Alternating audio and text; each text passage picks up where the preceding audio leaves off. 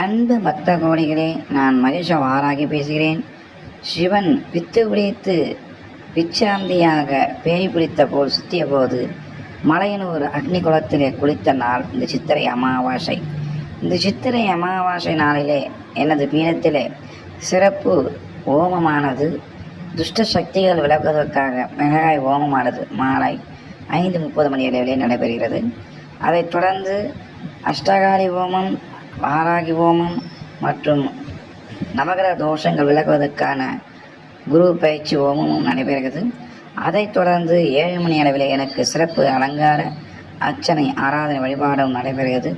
தொடர்ந்து என்னுடைய நம்பி வரக்கூடிய பக்தர்களுக்கு பிரசாதம் வழங்குதலும் மற்றும் என்னுடைய அருள்வாக்கும் கருங்குட்டி பகவானுடைய ரூபகல அலங்கார பூஜை அருள்வாக்கு பூஜை நடைபெறுகிறது.